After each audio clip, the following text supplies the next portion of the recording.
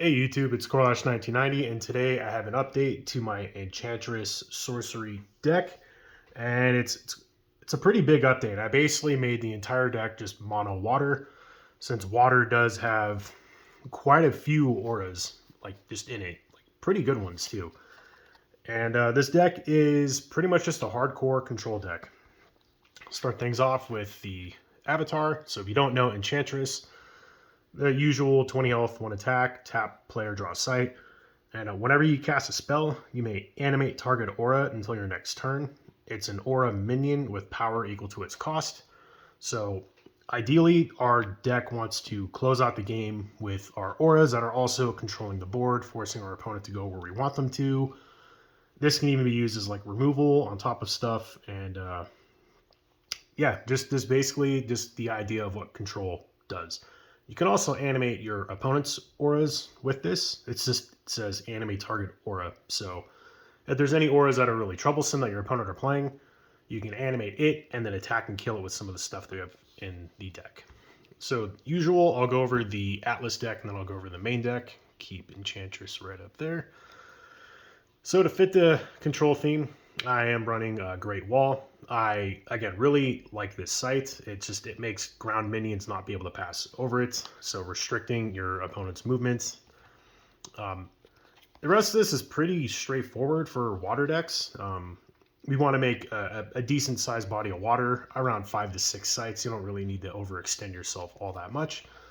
But a maelstrom essentially drags things towards you into like your body of water. Tadpole pool makes just a bunch of frogs, and this is really annoying. You can see my phone on the tripod in the reflection. Try to work on better lighting for future videos.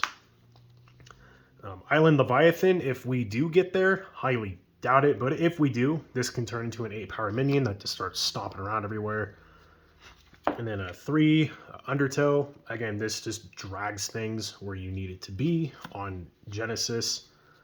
And then 3 floodplain, and once per turn you can flood a nearby site, so making the body of water bigger.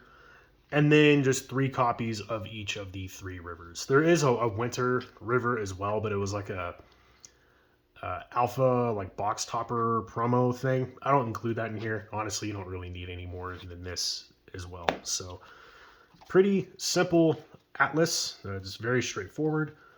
Now we'll get into the meat and potatoes, the actual deck itself. So I'll separate it by the auras and the minions, and then pretty much everything else, which is almost entirely removable. So for the auras, probably the best one for the deck is Atlantian Fate. 5 cost, meaning it'll be a 5-power minion, and affected non-ordinary sites are flooded. They are now water sites, only provide water threshold, and lose all other abilities. So it just blanks a bunch of useful sites that your opponent may or may not have in play. Hopefully like the dual land sites would be like an ideal target to kind of screw up what they're playing. And then Genesis, submerge all minions and artifacts atop sites. So also mass removal. Next I'm running 2 copies of Abundance, again a 5-power minion in this deck. And each affected site provides 1 additional mana. So this helps us stay at like the 5 sites in play while we can still double up on our mana and play a bunch of other stuff. Also being a 5-power beat stick is pretty important for the deck. Next I have 3 copies of Mariner's Curse. It is a 3-cost aura, which would be a minion. And whenever a minion enters an affected water site, submerge it and return Mariner's Curse to its owner's hand. So I am mainly just playing this for removal. It is a minion. I'm not sure if this moves within its own aura, if it would kill itself. I'm pretty sure it would. So you can just sit and tap and attack or whatever you want. Ideally, it's in there for the removal. Next, I have 3 copies of Flood, a 4-cost aura, and affected sites are flooded. They are water sites. So being able to, again, make your body of water bigger, also having a 4-power minion. I would say this is more of a minion target than this. This can be if you really need it to be, but you're mainly playing this to prevent your opponent from going somewhere and potentially kill something. And then finally for the auras, I have 4 Wall of Ice. It is a 2-cost aura. Conjure atop the border of a site you control. Units cannot traverse wall of ice on the ground. So it's basically another version of the Great Wall, except this can be animated and attack. So again, that is where most of the beef of the deck comes from, is in the auras. And now for the minions. I have 3 copy of Anui Undine.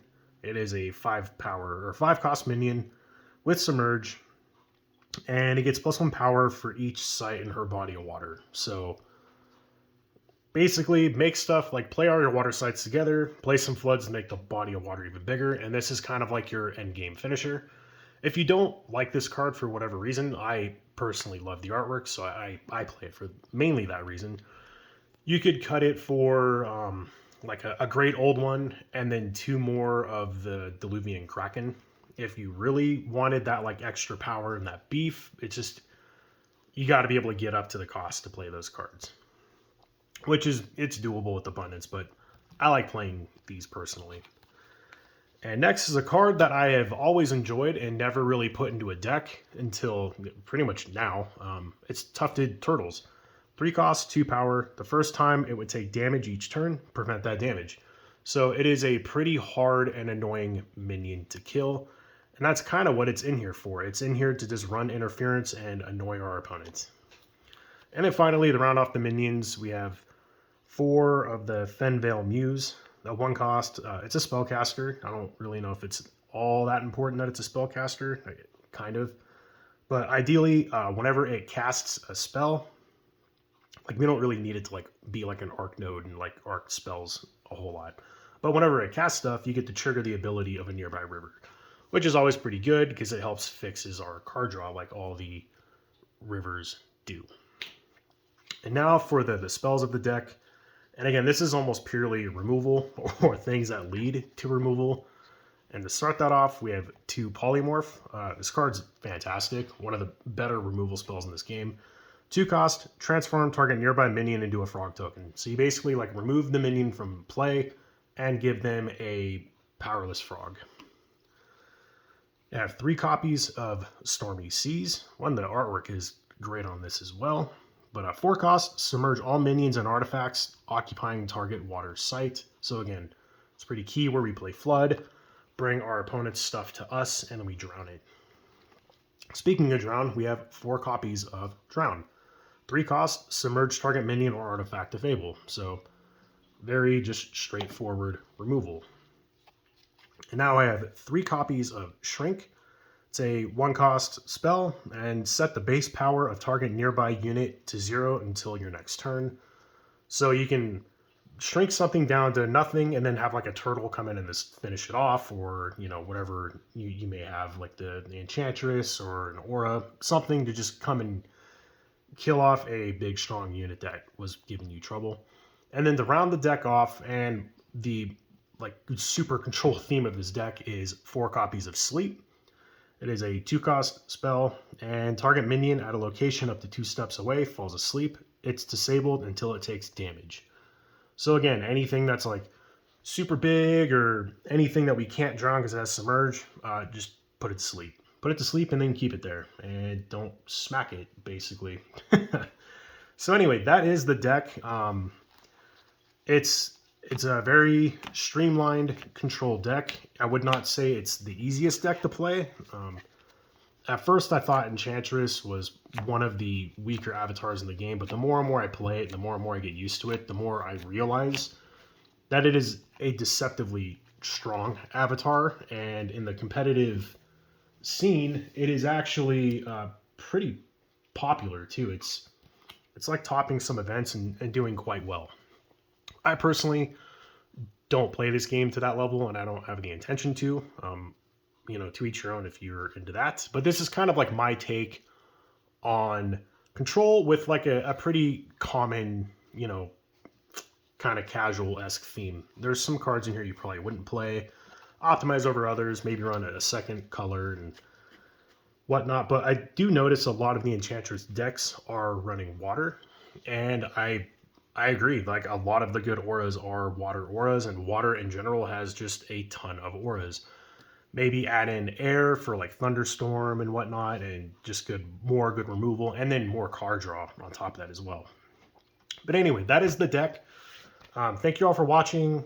Make sure to like, comment, subscribe, and stay tuned for more sorcery content. See ya.